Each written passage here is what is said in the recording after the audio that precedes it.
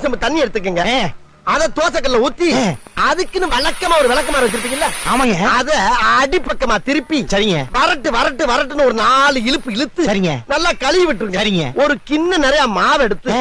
பெரிய ரவுண்டாவும் இல்லாம சின்ன ரவுண்டாவும் இல்லாம சரிங்க, பொதுவா ஒரு ரவுண்ட ஊத்தி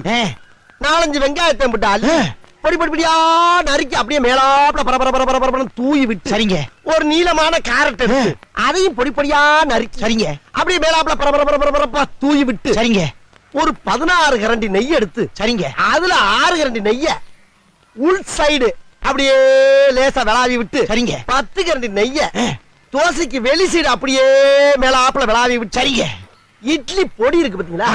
அத அப்படியே அள்ளி மலை சாரல் மாதிரி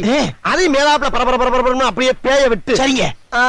பொத்துனாப்ல அப்படி ஒரு பருத்து இப்படி ஒரு பருத்து அப்படியே ரெட்டி கலர்ல முருக விட்டு கம ஒரு ஊத்த பத்த எடுத்து